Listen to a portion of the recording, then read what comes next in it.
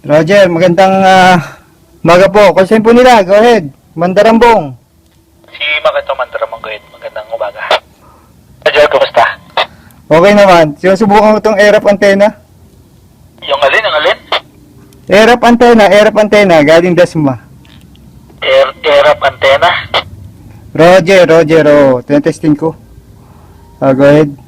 Pasok ka, walang rubber duck itong gamit ko. Pasok, kung rubber duck, yung malakas.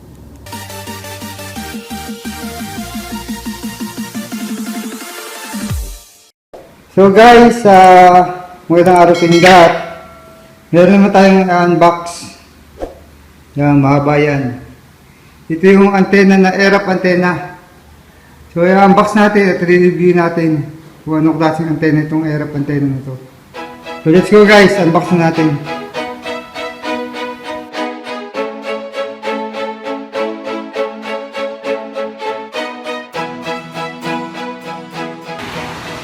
So guys, ito na yung ating air-up antenna. Yan. So, sponsor po ito, sponsor ni air-up antenna ni Joel. So, nagpabili lang po sa kanya ng elements kasi may project akong ginagawa dito na personal kong antenna, Omni. Yan. Ginagawa ko yan. Binili ko yung elements kay Joel at pina-LBS ko dito sa Lucena. Parang kabiti pa po yung elements ko kasi mahirap maghanap ng 5.8 na elements. So kaya nag-decide akong bumili kay air-up ng elements. So pinadalan ako ng kanyang air-up antenna. Ito nga po yung air-up antenna para i-review yung kanyang gawa. Yan. Yan yung kanyang air-up antenna. So re-review natin to, SWR natin.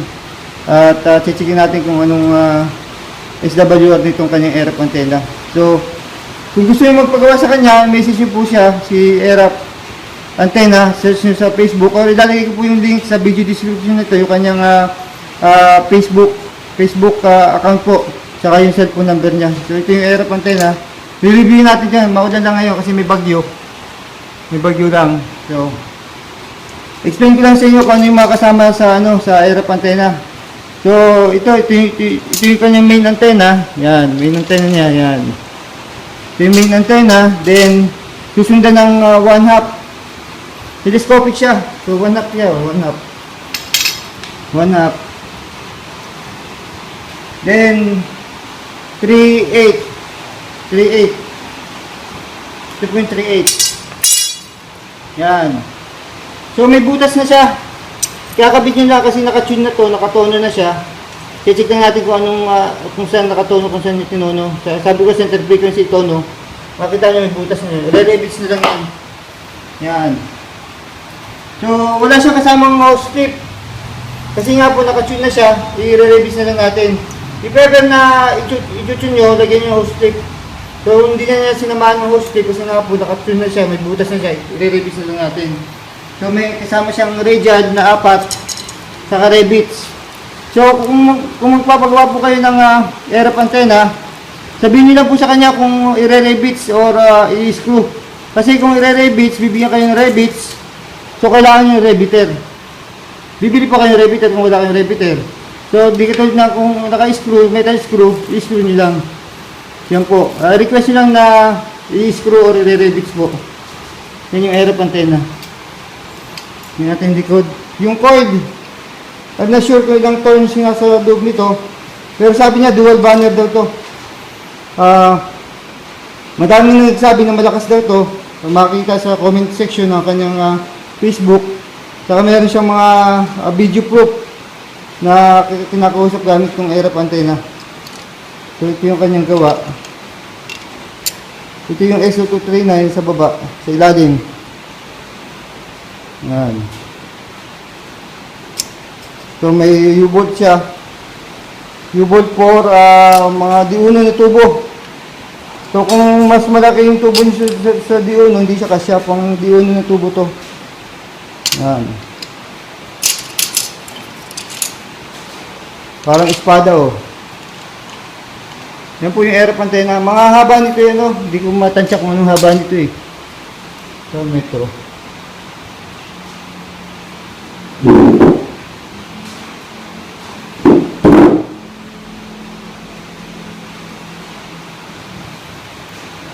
Mga 369. Mga 10 mga 10 feet po ang haba nito, mga 10 feet. Haba nitong airwrap antenna. So yan po yung airwrap antenna. Checkin natin yung haba. Mga 10.5 to.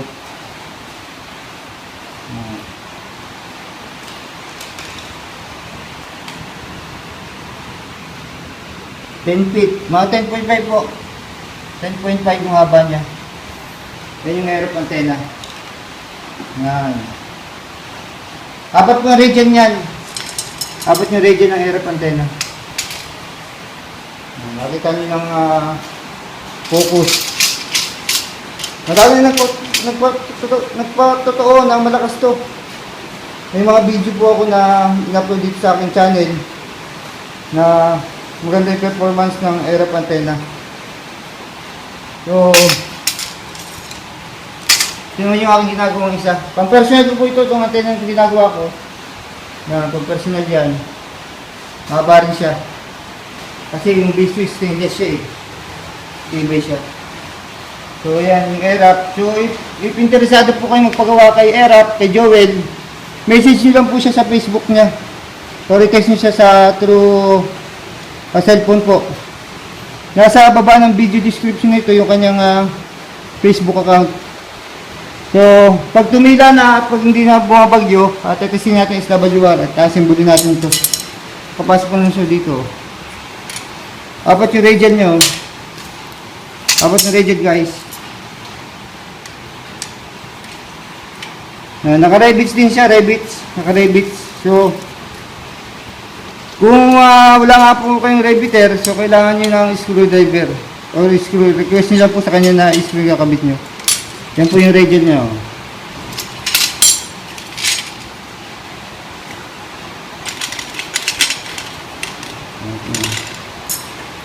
Ibulin natin. So yan. Airwrap antenna. So maraming salamat Sir Joel sa pagpadala nyo ng antenna nito sa akin para ma-review. In the same time, gagamitin ko rin to. Kakabit ko rin sa aking tower to. Yan. Airwrap antenna, guys. So, next kung gagawin dito, testing ko SWR. So, hindi pa ngayon, umuulan nga po. So, see you sa pagtitest natin. So, guys, ito na yung ating airwrap antenna. At checking ko yung SWR. Yan. Yan. Si airwrap. Yan. So, yan yung wire. RG58. So, dito. Testing natin ang portable. Kung anong SWR nito. Start tayo sa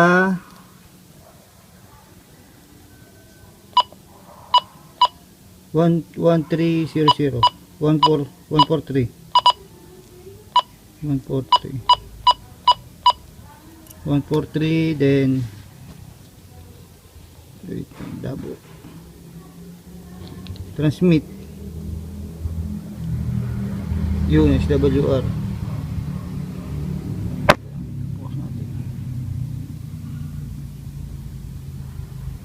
1 point yan sa 14300. So lipat natin sa 146 146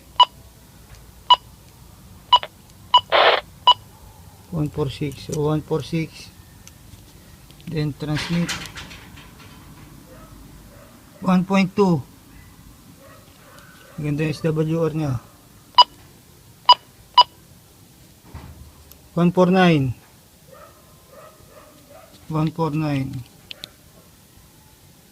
oh, 1.2 SWR. So okay yung SWR nya. So same ng pagka SWR ni Joel sa kanila bago niya dinala dito. So yan yung airwrap antenna. Kapitan natin.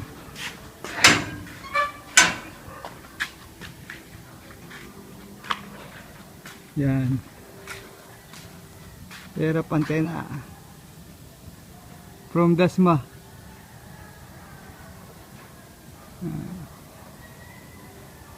Kung sino man pong gustong magpagawa ng RF antenna, pwede nyo makontak si Joel po sa kanyang Facebook account. Lalagay ko po yung link sa baba ng video description nito, saka po yung kanyang cellphone number.